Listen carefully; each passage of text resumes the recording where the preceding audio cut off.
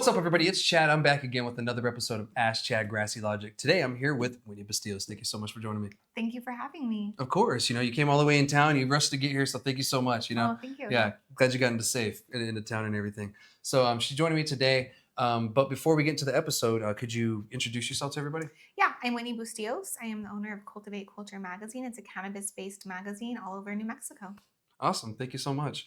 Now, I guess we'll just dive into the episode because we have, obviously a couple other topics and everything we want to talk about. I'll tell you guys beforehand, and I rarely do this. So Albuquerque banned hemp-derived products. That's one topic we're going to talk about. And the last is going to be, I'm sure you guys have seen it, that study about your heart and cannabis use, regardless of edible use or smoking. So we'll get into that and we'll get in the nitty gritty, and I'll give you my 2 cents on that. I know normally I like to have you all kind of your conclusions, but I have my own reservations about this study. So stay tuned and we'll get into that. Anyway, thank you so much for joining me again. And so yeah, you do the Cultiv8 magazine thing. That's pretty cool. Thank you. And it's new, right? Of course. Yes. Yeah, it's a newer magazine.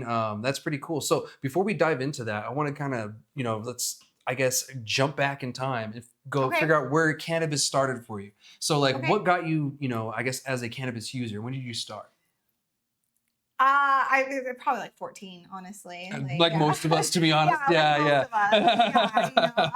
My dad was like a big hippie, and like my dad was always just like a big stoner, and so to be honest, I would have still his weed. Yeah, I hear that a lot. Yeah. So like really facts though, my dad had the best weed to date. Really? Yeah. Yeah, good for him. Yeah. Good for you, I guess, too. Yeah. Does he grow it? Or did he grow it? He did. Yeah. And in the original magazine, in the first issue of my editor letter, I talk about that. I talk about my dad as an entrepreneur and a business owner and how he inspired me, but also the house that we grew up in. We had like a green room area. Yeah. And by the time I was old enough to understand what we were growing, it was just plants. But when he first built the house, it was for and that's kind of like that argument where racism is taught, and like fear is sometimes taught too, especially when it comes to like a plant. Right. Because growing up, if you're just taught that it's a plant, then it's just a plant. Like just like anything, there's a lot of other things that you should or shouldn't consume that's a plant. They're poisonous, or it's psychoactive, like certain cactuses. Yeah. I know some people do. But that's one of the things that I try to tell people is like, yeah, it's taught. If you teach the kid that, oh my God, it's scary plant, this and that, but if you just teach them it's a plant, they're just going to see it as a plant. They're really not going to see it past that. Unless you tell them it's drugs, oh no, and then you make it this big deal.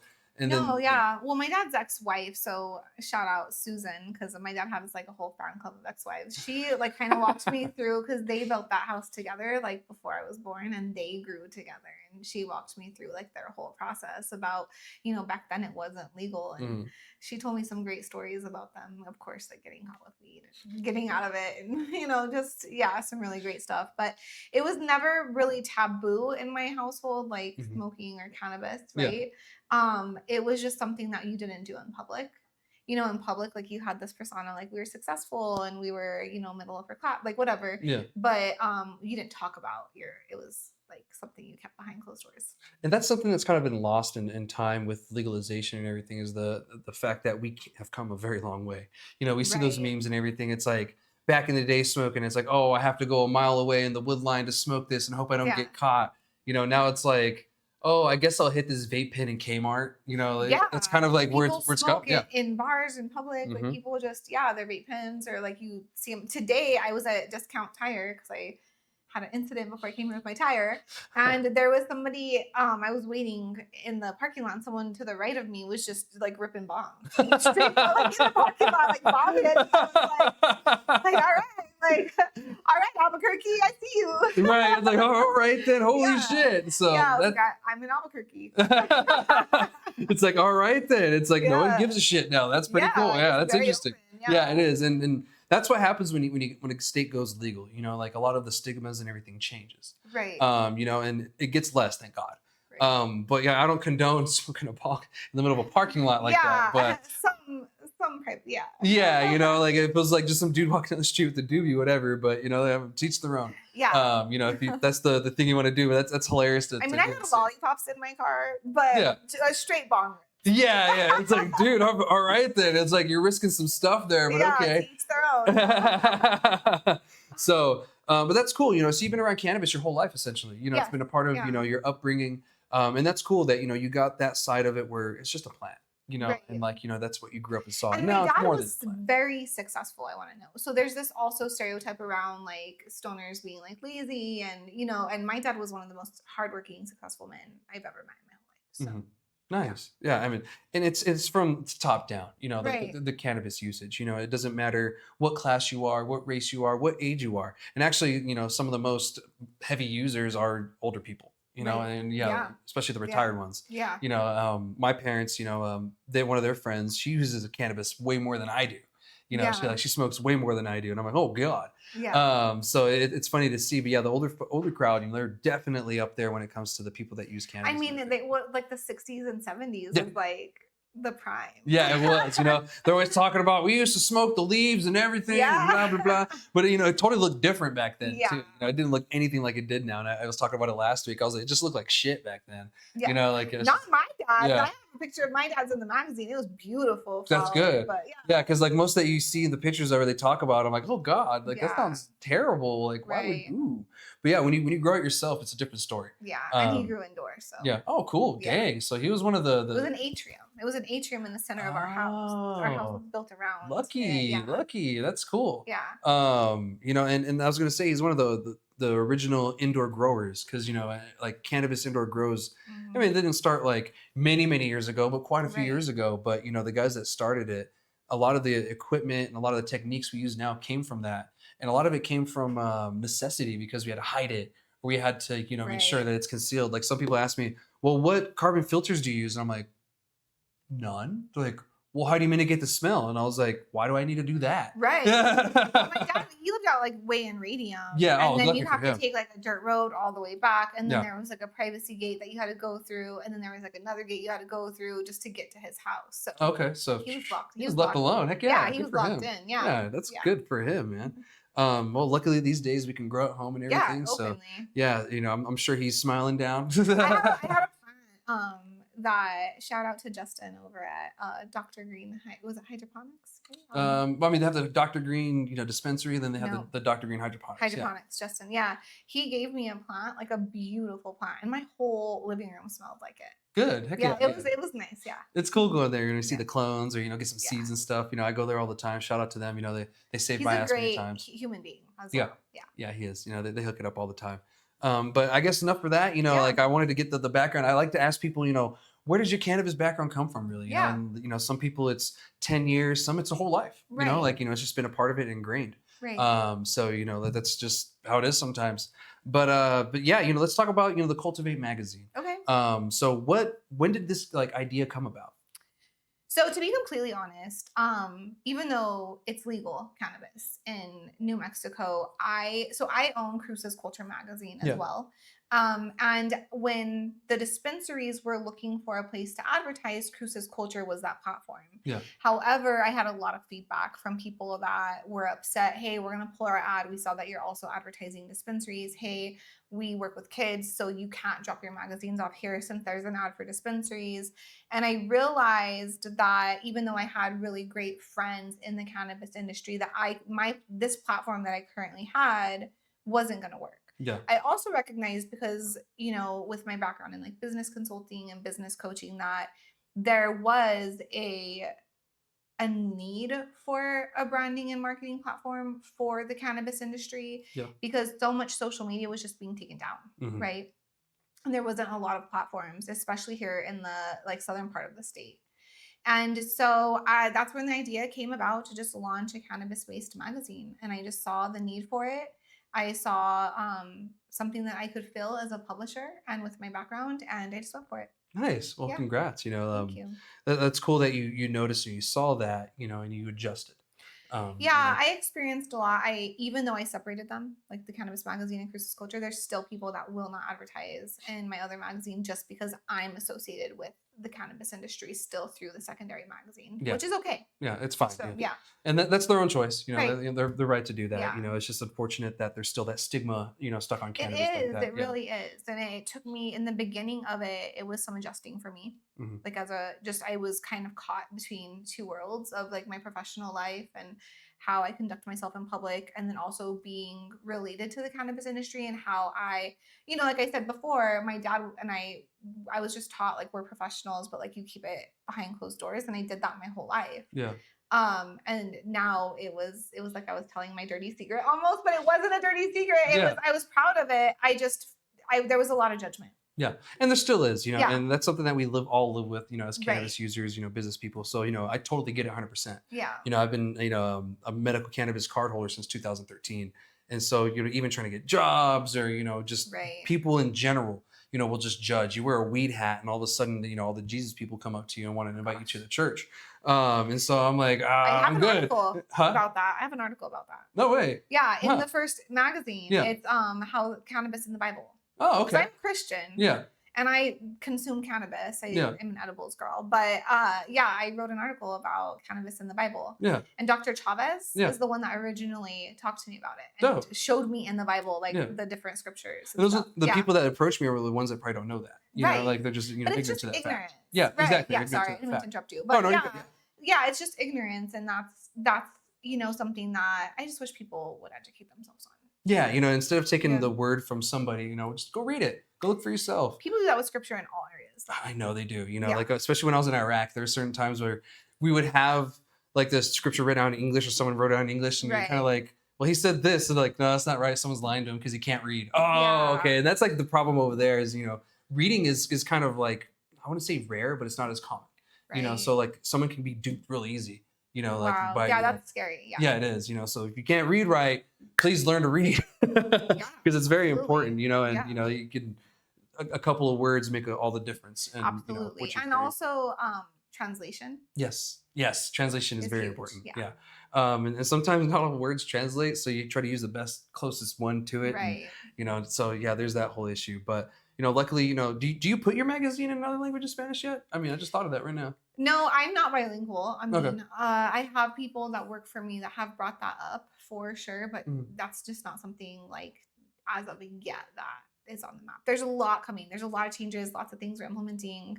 Well, we're gonna get into okay, that for yeah. sure. I just wanted to give more of a background on your Yeah. business first, for Okay. sure. So, like, where did the name come from? Oh gosh. Okay. So I own, so my main umbrella of my business is Cultured Medias and Publishing. So we do digital marketing, website design, branding, photography. And then I am also a publisher through Mhm. the magazines. And so we had Cruces Culture. And so the magazine was going to be named Canna Culture. Mm. And it wasn't set in stone yet. I hadn't filed anything yet. And someone that wanted to work with me, like put it up on Facebook, like in a group without my permission, I want Yeah. to say. And people came for me, man. Like they came for my throat. And a gentleman out of Florida messaged me and said, "Hey, I own copyrights to it." And I said, "Awesome, give me a call." Yeah. And he called me and he said, "Go ahead and use it if you want to, but if you become successful, I can sue you for the name." And I said, "No, if you filed it, then I respect that." Yeah. Absolutely. Like if I had filed it first, I would want you to respect that. Yeah. Right. And I said, "So, all good." And he goes, "Well, I happen to be really great at copyrights. Let's look some stuff up and let's brainstorm together." So me and him hit it off. We talked for 2 hours about branding, marketing, copyrights, everything. And he actually helped me. He came up with a name with me. Oh, cool. So we did Cultiv8, but like the number 8 Yeah. Culture Yeah. magazine. And yeah. Kept it kind of, I Yeah. noticed that, you kept it kind of clever. Yeah. Right. Yeah. I wanted it to still be like Cruces Culture is like CC, Mhm. like Canna Culture was CC. So I wanted to keep like Cultiv8 Culture like with the CC and yeah. So, Nice. Yeah. So that's cool. You made a friend out of someone that, could have went the other way. He was a cool guy too. Yeah. I was just thinking about him the other day. Yeah. Give him a ring. Cool. Yeah. I'm sure you have other ideas too. So, Yeah. so let's get into that. What are some new things that you're coming out with the magazine with Cultiv8 or just in general? So one of the things that we're talking about doing, and this is like the greatest platform for this, is I'm looking for 4 or 5 artists, Albuquerque, Las Cruces, all over. We're going to be launching in Arizona pretty soon. So Arizona artists, we're going to launch a new t-shirt every time because we print quarterly. Okay. So every time we launch a new magazine, we're going to launch a new t-shirt designed by a local artist. That's cool. And then we're going to drop them on our website and people can actually go and order their t-shirts designed by local artists. So Nice. that's something that we're working on is just like merch, but really implementing like local artists. And of course, we'll give them a percentage of Yeah. whatever we sell out of those t-shirts. We're going to be implementing, we're adding right now, we're revamping our entire website. The magazine has always been digital as well as in print.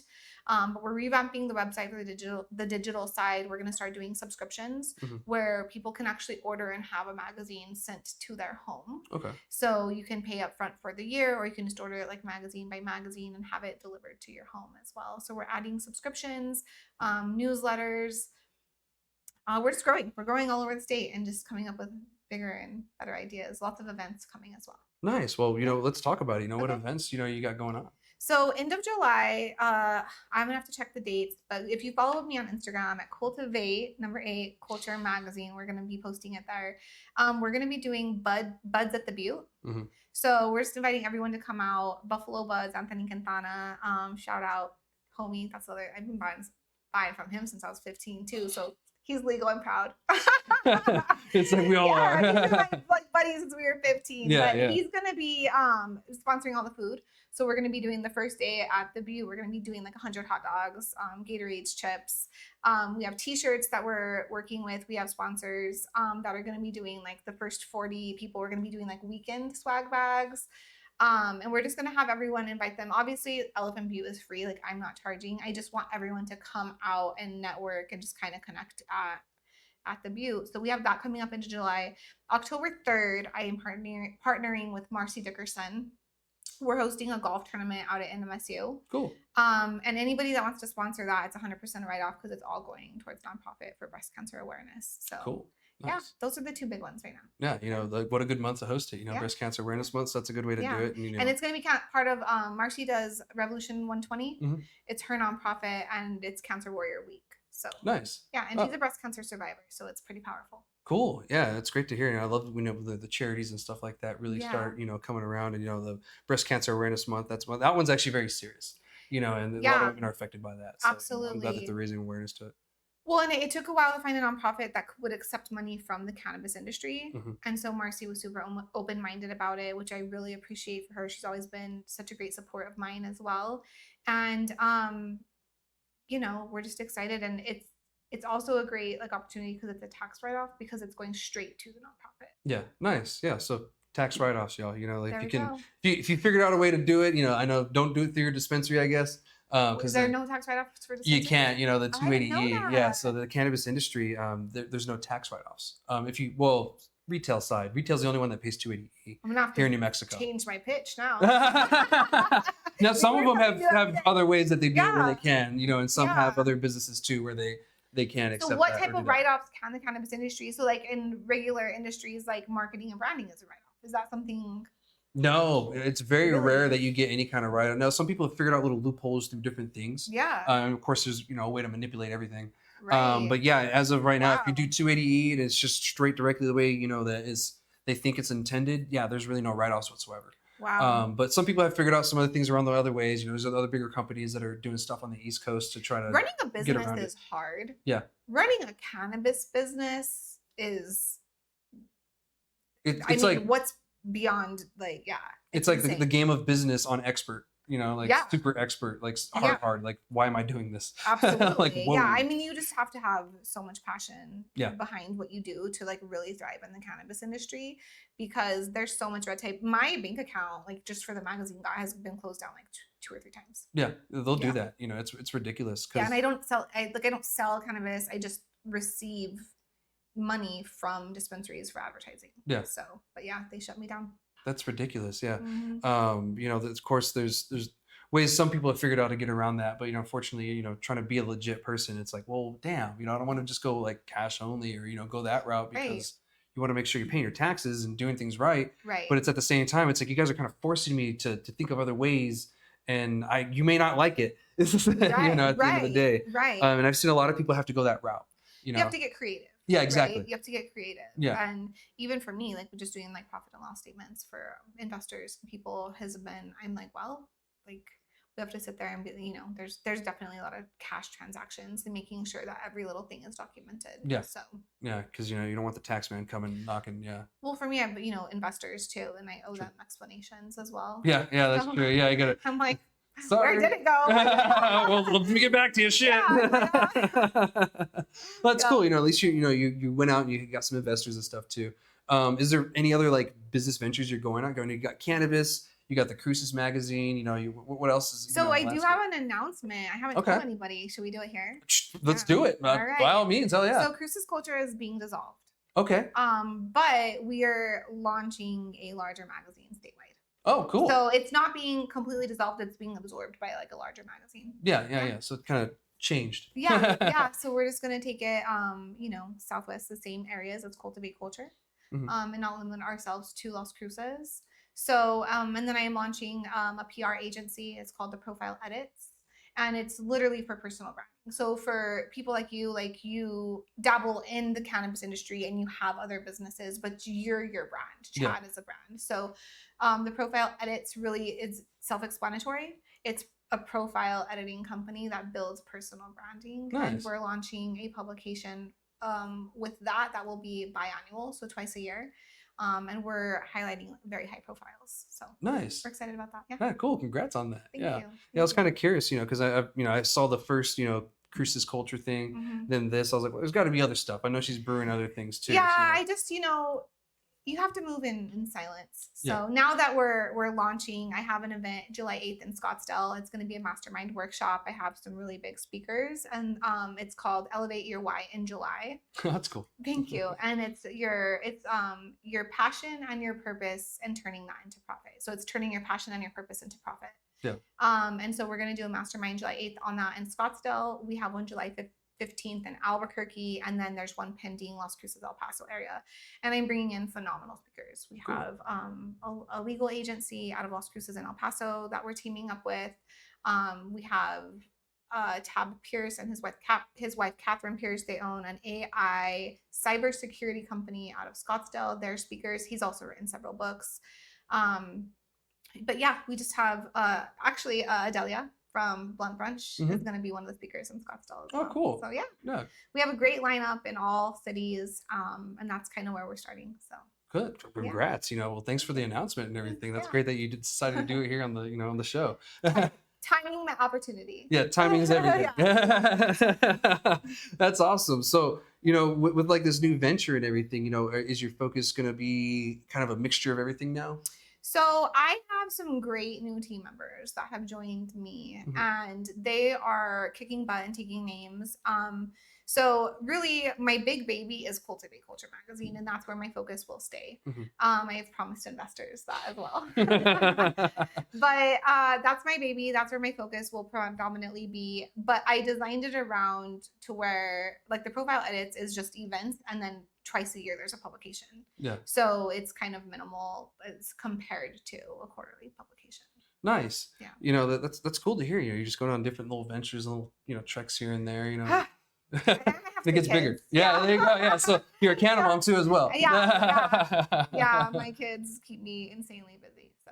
Yeah, and I hear that from all parents. I don't have any kids myself, but I'm an uncle of 4. But I can give those back. Right. I have a great custody arrangement with their dad right now. But good. Yeah, it's where like when I have them, like focuses on them, and then when they go with their dad, I can just buckle down and work those 100-hour weeks. So nice. Yeah. Those weeks get long for sure. Yeah. Like when they're in school and I have them, then like when they go to school, I work. But then when I pick them up, I have to turn it off and focus on them. But when they go with their dad, I just grind it out. That's hard if you have ADHD, because like even being ADHD, it's hard to even focus in the first place. So then you have to like turn it off and then turn it back on. It is hard, but your kids will check you. Okay, that makes sense. That's true. I've heard that. Yeah, they humble you a lot. What they say, like, there's 2 things that never lie: leggings and children. I'm saying. That's pretty funny. Yeah, my kids don't hold back. So yeah, most don't, which it keeps people humble, right? Yeah, my daughter will be like, "Can you put down your phone?" And she'll like grab my face and be like, "Can you look me in the eyes?" And I'm like, "Oh shoot." Yeah. So when she tells me that, I'm like, "Absolutely." So I will put my phone away and be like, "You have my full attention." Yeah. That's sometimes the kids got to check you. My nephews are good at doing that sometimes too. And I'm like, all right, dude, you got humble. Me. Yeah. Like, so they serve you humble pie. Absolutely. Yeah, all the time. So, Well, that's dope. Well, thank you for for the announcements and for Thank sharing all you. that. Yeah. That's great. And I good luck on. It seems like your little national expansion by now. You're in 2 different states. Yeah. Yeah. And then yeah. There's more coming, but yeah. Dope. Yeah. Yeah. So, Utah's next. We're coming for you, Utah. oh, Utah. Okay, that's an Yeah. interesting one. It's random, right? Yeah, it is. Yeah, it is. It feels random, The but opportunity meets timing, right? All exactly. this kind of And came so it just might together. be the time for I that. don't go looking for them. They kind of just like land in my lap. So Yeah. there's a great group of entrepreneurial women out there that are ready to go. Nice. Yeah, that's cool to hear. And good luck on that one too. It's a beautiful state as well. It's beautiful. It really Yeah, is. yeah. Yeah. I was in the army with a lot of dudes that were Mormons, and so they all talked about Utah. Yeah. A lot of them were from Utah. I was a little nervous to go there for that reason. Oh, really? Yeah. Oh, they're cool people. But know? you don't when you get there, you're not like, oh, like Mormons, like you're just there. Yeah. Yeah. It's like you have this perspective, like you have this, perception. Idea. Yeah. This perception. You're like, oh, it's not like that. Yeah. Like what is that book they made us read when we were kids about, the Gila monsters showing up at the airport or something like that, or some kind of dragon or something showing up at the airport when you get to Texas, and the kid gets there and it's just regular, and it's like, what the heck? And so kind of shows you it's like, no, you don't have to have that kind of perspective. Exactly. And like my mom told me stereotypes, I guess. Yeah, right? exactly. And my mom used to get Solving asked when that. they should go to California, do you guys still live in teepees? And stuff like Oh, that. wow. Yeah, like things like that. So or the famous one, New Mexico's a state. You're from Mexico. You don't speak Spanish. Yeah. It's like exactly. It's like, you speak really good English. Wow, that's great. Yeah. So, but anyway, thank you so much for sharing with me. And we'll get on to the rest of the episode. But where can people find you in Cultiv8 Magazine and the rest of your stuff? So first of all, Cultiv8 Magazine is free. It's a free publication. So if you're a dispensary and you want publications dropped off anywhere in New Mexico, just shoot me a DM. Again, you can follow me on Instagram at Cultiv8 Culture Magazine, and we can get them into the dispensaries. They're all over. Gosh, they're downtown El Paso, Sunland, Las Cruces, Alamogordo, Ruidoso. We're expanding into Clovis, Hobbs, Belen, Albuquerque, and we're looking into Arizona. So basically, if you're interested, just shoot us a DM. If we can't get them to you ourselves, we'll ship them to you. But yeah, and then also coming soon, you'll be able to order them on the website and have them shipped to your home. Yeah. Awesome. The subscription thing is smart, because it's expensive to print. It is, but also I can't tell you how many people that are in the magazine, they're like, hey, can we get 100 copies or can I get 20 copies? Because they're excited and they want to share the articles with their family and frame them. And so it's just a way for them to have them specifically shipped to their home and have exactly what they want. Nice. Yeah. And that is a good way to provide it that way. Helps them. Things cost money. So totally understand. Absolutely. Printing is not cheap. No, it's not at all, especially in color. Yeah. And we do very high end printing, as you've seen. Yeah, I've seen it for sure. And actually, I've been in one of the magazines, the first one. Yeah. You actually did an article on me, so I appreciate that. Yeah, and thank you. thank And, you. That was a really cool experience to be a part of. So I appreciate that. Yeah, we had fun too. A little launch party. Yeah, that was. It was a little fun little launch party. Yeah, we're going to do something bigger soon, but.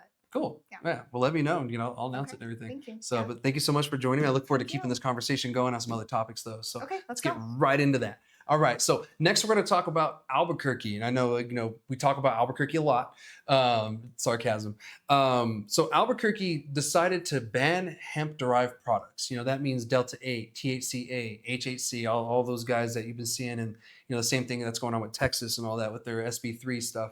So it looks like the city council in Albuquerque decided to ban these products, which is interesting because it's a city ban, not a state, county, or anything like that. So only Albuquerque is affected by this. And that just means that no one can sell these products in the stores. So like gas stations and stuff like that. So people are essentially just going to be buying this online. Or going like on the outskirts of Albuquerque and purchasing it and then just going home. Exactly. Going to Rio Rancho, because this doesn't make it a crime to possess it or to use it, just to sell it. So like they're trying to crack down on the hemp thing. And I get that it's very open because there is like no age limit here in New Mexico that's been set.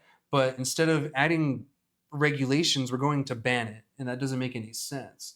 And so that's why when I was reading this and I was like, oh, great, now we're going backwards. Because, when we start attacking hemp, it's attack on cannabis. Like any attack on hemp is cannabis because they're the same damn plant. It's just that percentage of 0.3% THC is the only difference of the two. And of course, there's this little gray area that these business owners, these smart business owners figured out. just like they always do. I tell people, I was like, businesses are going to find gray areas and holes, like no matter what you do. Like when I was trying to explain to people, if we close licenses, they'll figure something out. We already had closed licenses in New Mexico. That's how Swazi got here. That's how the other MSOs got here. We didn't have licenses open during the medical days, but now we do, and they're at least more transparent with us of who they are. Right. Before they were trying to fly under these disguises. Oh, we're just a management company. That's all we're doing. We're not owning the license. We're just helping them. And they next thing you know, they have 30 dispensaries in the state. And you're like, what the hell's going on? So that's like, it's like one of those things. And this just isn't good for anything, and it's going to be really hard to enforce this. And that was one of the questions, like, how do you enforce this? Like, you are a city, you didn't set any funds aside for it. There's no training for police to figure this out or to go about it. They're just going to ban it and hope people oblige by it. Like, how does that work? I mean, so far, what is your thoughts on this so far? Because I mean, it just sounds crazy to me. I mean, when they do inspections, is that something that they would check for? And that it goes down to, okay, who's inspecting? Is it the county? Right. Is it the city? Is it the state? Because if it's the county or the state, they're just gonna be like, oh shit. Right, because it's only to the city, and the state are the ones that inspect. Yeah, exactly. And you have some city inspectors on certain things, but like, they're probably not going to be looking for these products unless they're. I just think they have bigger fish to fry. Exactly. They have more like if the the fire chief comes in, he's not looking for Delta-8. He's trying to see if I have sprinklers and if I have a freaking a fire extinguisher near in the corner or wherever it is, or if it's not expired. Or even if the state comes in to state, like, for licensure and stuff, they have again, like, they have bigger fish to fry. Like, exactly. looking at like labeling and other. Yeah. And so this right here is just a step backwards, and a lot of this comes from stigma, and it comes from a blatant face of ignorance, because time and time again we keep hearing this, but the children. It's like, I get the children, but who's raising the children? I was like, why aren't we asking these parents, why did your child end up with this product? Right. Where did you fail to not know what your child is doing? Because unfortunately, kids have rights, but at the same time, if they're not watched, they end up doing certain things. Well, New Mexico's just failed our children, period. Yeah. Like, we're one of the last states in the whole U.S. when it comes to like our children's like education and welfare. So that, again, like, this is not a hemp issue. Exactly. That's where I'm going at. It's like, this is a bigger issue than hemp. Right. And a lot of the times, actually majority of the time, these kids don't even get them from a store. They'll get them from someone they know. They'll get them from a family member. They'll get them from a sibling. In that sense, or an older friend that they have, whatever. Those conversations blatantly just start at home with children. Yeah. So it's no different than cussing, right? Yeah. Like, why can you cuss and I can't cuss? Well, because you're a kid. Yeah. But yeah, those conversations start at home, and it just comes down to education, and it's no different than alcohol. Yeah. Because it's the same thing. Like, they can just pull a beer out of the fridge, right? If their parents drink. But they know that's bad because you taught them that. Yeah, right. Exactly. So that's kind of like where I'm getting at too, is like, we need to stop by cracking down on everybody with this mass punishment thing and say, okay, parents, just start giving parents a message. Like, know where your parents at. Like, I was actually trying to push this thing a few years ago. Didn't really go anywhere. I was like, it's 4:20. Do you know where your kids are? You remember like the old commercials? It's 10 o'clock. Do you know where your kids are? Yeah. That's kind of like what I was pushing to kind of remind people. It's like, this is something that you have to look out for. Right. Just like alcohol and drinking. Like, I was a teenager and drinking. My older sister would buy me alcohol. I'm sure you experienced a similar same. But we would honestly just pay bumps to go buy alcohol. There you go. Yeah, like we would be like, we'll give you $20 if you go in there and buy us whatever, and they would. Maybe shouldn't admit that, but that's how we did it. No, and it's actually good to admit that, because like it shows how loose this is, because a lot of these places that they're blaming the smoke shops, they're blaming the gas stations. I was like, well, these places are supposed to be carding already. Like, why aren't you setting a standard for age, or saying, hey, we have this product? Because I did work for a CBD shop for a little bit that sold these products, and they ensured that we carded people. It's like, we don't want anybody buying this who isn't. And at the time, it was 18, but then they raised tobacco. They were like, we're going to keep it same with tobacco. If they're coming in and they're 18, it's fine. But then they changed tobacco to 21. And so then we changed it to 21. It's like, we're going to do it to 21 now. And we ensured to card people, because we didn't want kids getting these products, and, like, if a parent came in and they're getting something, then, so be it. Right. But yeah, that's one of the things that I'm kind of shocked at. I'm like, if they're not trying to check to make sure kids aren't getting these products, what else aren't they checking? Are they not checking alcohol and tobacco too? Oh, absolutely not. Yeah. Like, and then it comes down to education and parenting. That's Yeah. what it comes down to. It doesn't come like, you know. Come from the government telling us what to do. Right. Yeah. I And mean, how many kids are overdosing on fentanyl? exactly. There's an entire fentanyl epidemic, especially in New Mexico. Yeah, and it's bad. Yeah. And it's terrible, It's you know. horrible. And you know, the shitty part about that is you can get fentanyl from a doctor. You know, you can get a prescription Right. for it. So Right. not only are we battling it in the streets, we're battling it pharmaceutically. You know, so we have two different, areas that are attacking us. And you know, the kids are getting on it somehow. Don't whatever the way is, mom's prescription or on the street, kids are getting it, and it is harmful. Yeah. But you know, the thing that they're blaming now is the CBD products and the Delta-8. I'm like, that is not the threat to our kids.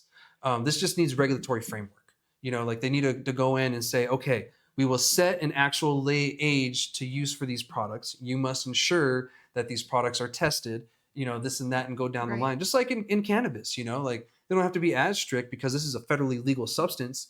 But there does need to be some state legal framework, and none of these states that are banning it in the areas are really looking towards that. They're just looking for the easiest route and to make people happy. It's like, oh, we're just going to get it away from kids. But what's happening right here doesn't do anything. So what happens if a kid gets caught with Delta-8? There's nothing. Minor with substance, nothing. Yeah, this only bans the sale of it, so you can't have it at your shop anymore. So if you get caught with this, it's no big deal. That's so not they're illegal. just taking away from some of the businesses inside Albuquerque, giving the businesses to the outskirts of Albuquerque, but in reality, changed nothing. Yeah, and this is over $1 billion industry in New Mexico. So we have two cannabis industries in New Mexico that are over $1 billion, and one's the hemp-derived and one's the actual cannabis side. Right. And the thing that kind of upsets me is there's some business owners that are pushed for this, and they say, this is digging into my profits. I don't want this. And that's not fair. That's not how you do business. You don't say, I'm just going to take out every competition there is possible. It's like, well, do better, because this guy that gets Delta-8, he gets it for a reason, because he can go to the dispensary and get regular cannabis. Right. But he decides to go get Delta-8. And I've heard people tell me this. It doesn't give them the anxiety and all the other, quote unquote side effects that cannabis gives you. They don't get that and experience that. And I call it diet weed because it's not as intense. And some people like that. Maybe I need to try that. Yeah. See, maybe you do.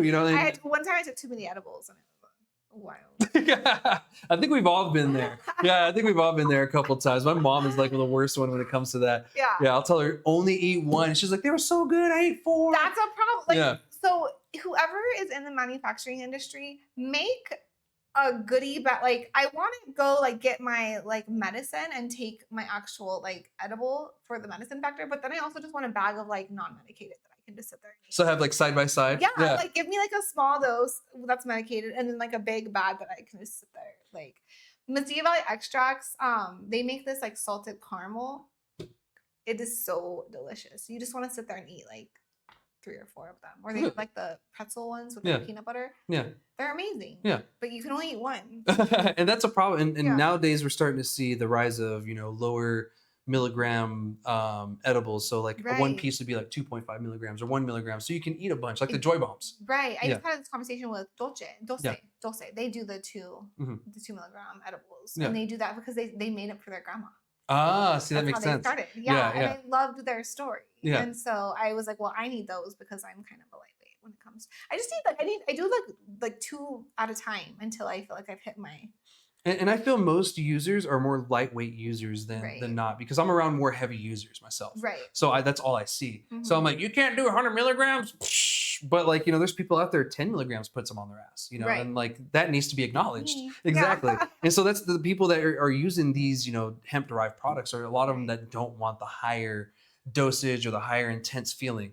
And so that's only the people that you're attacking and going after. Right. Yeah, exactly. The business owners, and then essentially patients, people that are using this for that reason.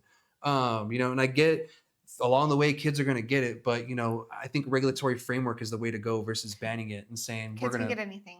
Exactly. There needs to be more regulations around getting caught with it if you're a minor than there is just banning the sale. I agree. And we need to have more of a push, on, parents, figure out what's going on in your kid's life, that just spend some time. Not just in the cannabis, just period. Yeah, exactly. Across New Mexico. The whole thing. Better parents, yeah. Right? Even here in Las Cruces, we see it all the time. Absolutely. Even within my own personal family, I have some issues with, a family member who's, acting like an asshole, and he's a young kid. And so hopefully he figures that out. But if not, it's going to get real dark for him real quick. Listen, you send your kids to my house, Rules apply. Right? I'm like, it's not my kid, so I'm not touching it. But yeah. No, I mean, I don't touch. Yeah, like never. But Yeah. like rules apply across the board. Yeah. Like if your kid's at my house, like I'm gonna correct your kid. Yeah, 100%. That's fair. Like Yeah. if my kids are at your house, they'll follow your rules, and you can correct my kids. Yeah, But but it's a parenting issue. It starts Yeah. at home and everything. That's unfortunate. So absolutely. I hope. I something think a figures lot out. of the time these days parents want to be friends. Yeah. And you got to be parents. It's okay. It's okay if your kids don't like you. Yeah, and when they get older, they'll understand. Because Right. my mom was a little, I want to say hard on my sister. My sister was an asshole. Yeah. But when she grew out of it, and my mom was still strict on her, and she was kind of like, okay, this is why my mom was doing this because Right. this is where it led me. Yeah, and Right. she ended up getting her GED and joining the army. Great. And the army really straightened her out for the Right. most part. And so then she realized, oh, I'm sorry, mom. Shit, I was an asshole. Right. I mean, I tell my kids, like, it's not my job to be your friend. And it's not my job to make sure you like me. It's my job to raise human beings that other people will like and be contribute to society. Yeah. Right. So you might not always like me or the discipline that we instill, and that's okay. But at the end of the day, they're great kids and they know. But yeah, being present is big. No, it is 100%. And that's something that needs to just be pushed. Just that message itself, it sends waves, like that's why they had that. It's 10 o'clock. Do you know where your kids are? Right. Because a lot of people are like, oh shit, where is my kid? Right. Even if that is the case, like, oh, let me go see what's going on. And then you figure it out. I could go on a tangent here. So I'm going to, because I'm like, because we're a poverty state and people have to work extra jobs and extra hours. And no, I get it. Yeah. Our kids, we could go on a whole tangent, but we'll loop back around. Yeah. It goes. There's a lot that goes into this, there's but so much. We can't blame down one to thing. Parents and children and income, and it's not this. Yeah. This is not the issue, and they're focused on the wrong thing. Yeah, exactly. And that's what I'm getting at. There's so many other things that are this issue that this is not something that we need to be focusing on. Time, money, and energy spent on this is taking away from the actual problems of our state. When they could just regulate these products and just go from there and say, all right, we're regulating these products. People are now being held accountable for it. You are supposed to do this and this and this. If you don't, you will lose whatever license or, business, whatever.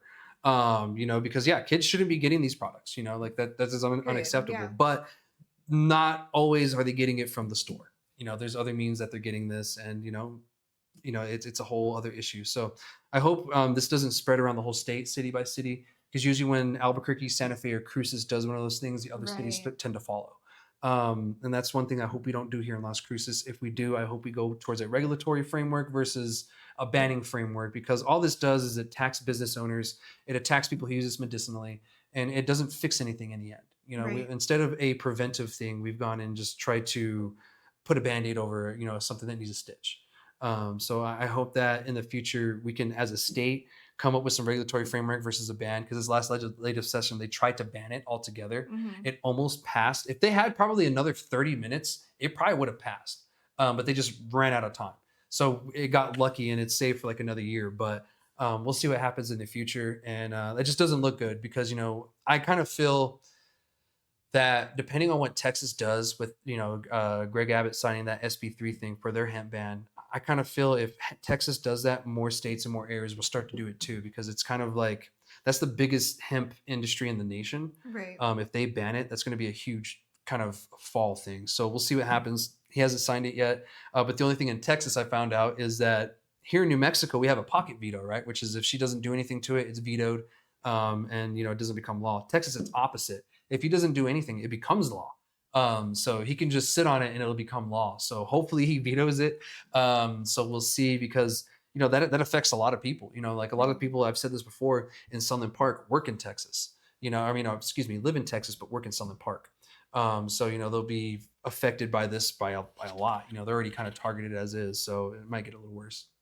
So that's all I have for that. I mean, thank you so much for that conversation and everything. Thank you. Yeah, of course. You brought a really good insight in there. Being a parent and everything. Of course, the struggles of it all. But yeah, it's not the hemp's fault, guys. Stop blaming the wrong things. Let's focus on the real issues that need to get fixed.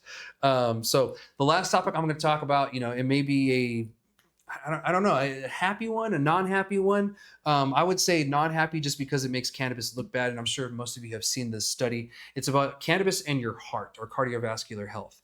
And what they're saying is that regardless of what you do, smoking, edibles, whatever, cannabis isn't good for your heart. Now, let's break the study down real quick, because that's pretty much the thing of it. They only studied about 50 people, 55 people. They were all from the California, San Francisco, I believe, area. And they were all believe there were a certain age group too I was as gonna well. say, was there age groups? Okay. Yeah, it was a broad age group, but only 55 people. And they had a controlled group, of course, and then they had the other one, people who did smoke, people who didn't smoke, people who smoked a lot, people used this and that, edibles, not edibles. So to me, I'm like, well, 55 people, that's a lot of categories. Like, how many people did you really study? And I'm like, you only studied it in one city. And so I was like, okay, well, keep going on this. Also, one thing in there, they didn't use tobacco products, any of these people. So that is interesting. Now, you have to remember, this is a self-reporting kind of study. So if the person really did use tobacco and they lied to the doctor, there's really not much they You can can do. prove it. Yeah, you can't really prove that person really is tobacco free. My guess is that some of these people did lie because there's a lot of vapors out there. Out of 50 people, a couple of them lied for sure. Yeah, Facts. that's just the statistics, right? Yeah. Out of 50 people, you're gonna have people that lie within that number. Yeah. So this says that the participants consume cannabis at least 3 times a week for the last year. So this is after a year they tested it. Now, one thing that I didn't really see in here was that any of these people had any background history of health, issues like that, cardiovascular. So I have no clue what that one is.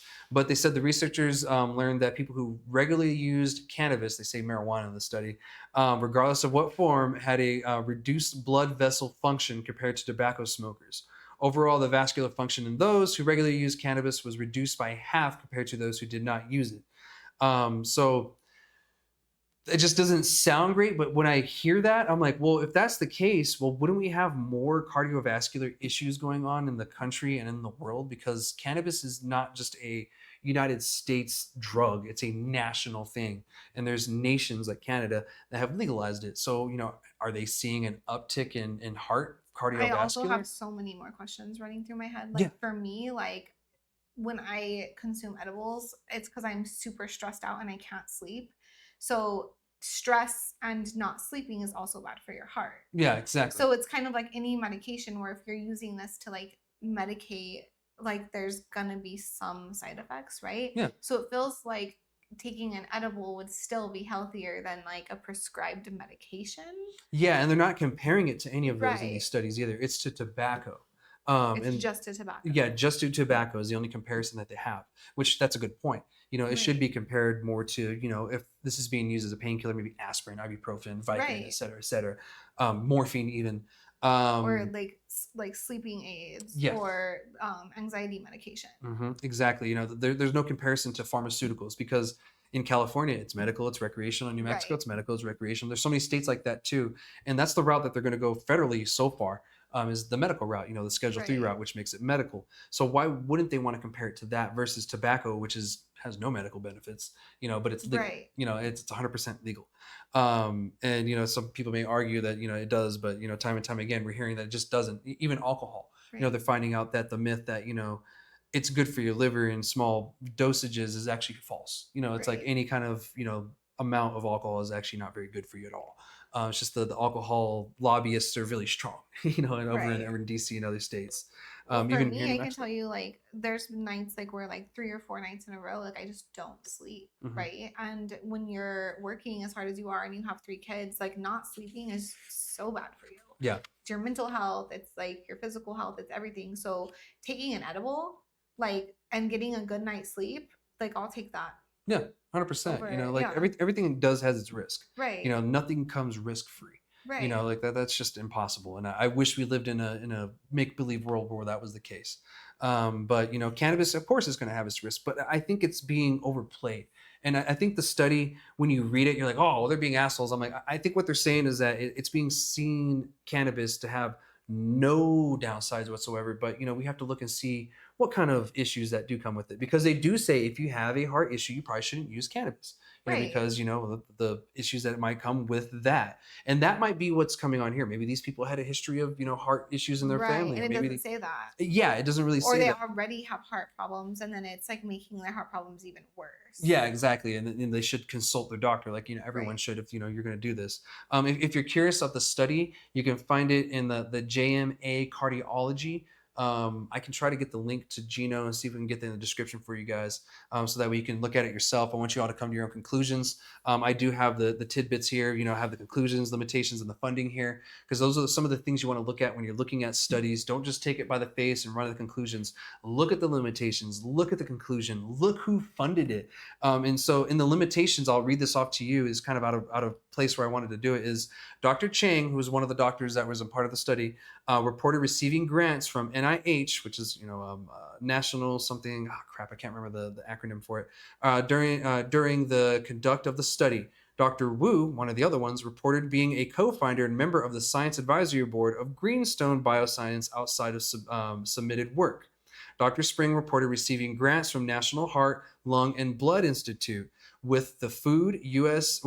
Food and Drug Administration, FDA, Center of Tobacco Products, the California Tobacco-Related Disease Research Program, the USC Berkeley Bakar Fellowship. So I'm going down the list and you're seeing what I'm talking about here. So this study was funded by people who probably have some interest in cannabis not being okay. So that's something to keep in mind. And it's great that they're transparent like this. The fact that, okay, here's some of the limitations that, are in this study. And actually, I probably have that in the wrong place, the limitations. It's good that they have that, but you guys always want to make sure you read that. Funded, it said some of it there, but it says it was funded by grants from the National Institute on Drug Abuse. And then it says a bunch of numbers, mumble jumble, I might not read that. From California Department of Cannabis Control, and then from the California Tobacco-Related Disease Program, and then from NHLBI, the FDA Center of Tobacco Products, from the Ethelyn Works Foundation in memory of Deb O'Keefe, and then the Roy E. Thomas Medical Foundation and the Guter Jensen Foundation. I looked that last one up because I was like, that sounds fake, but it's real. I was like, that sounds fake. The Guter Jensen Foundation. But yeah, it's a foundation based off of someone, I guess, who lost her life over tobacco or something like that. But that's the funding. So come up to your own conclusions with that. There have been some studies that are kind of like mirroring similar things. Of course, there's other ones with the psychosis, but some of those have been debunked. So hold on to your chonies. Don't, see this as fact yet. This is just a study. Studies are meant to be scrutinized by its peers, picked apart, and, things like this. So what we're doing right now is a part of the scientific process. You go in, where did they mess up? Where can we do this experiment better so we can get a better result? Because that's the way you do good science. Bad science is when you just see this one study, say that's fact, and then you run with that for 15 years. But within that 15 years, you find out that it was bullshit. So, keep your mind open is what I'm trying to say. Read this with an open mind. Try not to get too emotional. Try not to have too many feelings on this, and just throw it out the window. Read everything that you can. Like I said, I'll try to get the link with Gino over here, so that way we can get it to you guys. But this doesn't look good for cannabis on the surface, but when you really dig into it, you go, okay, there are a lot of limitations in this. You have a group of people from one city area, from one state. They didn't do a whole national thing. It's not a whole global thing. So there's a lot of other stuff that go into it. Maybe there's something in that area that's causing this too. Like they didn't test people in smaller demographics either. Like, here in New Mexico, North Dakota, they didn't check, maybe Las Vegas, or, even LA, Phoenix, Colorado, Denver. So I'm looking out for studies like that in the future. And I'm thinking that's what's going to be expanded next after this. So that's all I have for this week and for this episode. And before we leave, is there anything you want to mention? No, thank you so much for having me. And this was really, honestly, insightful for me as well. And this was a pleasure. Thank you. Awesome. Thank you so much. I appreciate you coming on the show. Thank you for sharing your story. And thank you for your insights and everything. I know before the episode, you're like, well, don't be easy on me, but you did great. You had a lot of great, input and everything, and gave a really good perspective, especially. I appreciate that. I just get nervous. Yeah, we all do. You got your own podcast. You shouldn't be. No. Yeah. So, but anyway, everybody, thank you so much for joining me, and thank you everybody for watching. And we'll be back next week with another episode of Ask Chad, Grassy Logic, and who knows what the guest will be. So we'll see. All right, guys, we'll see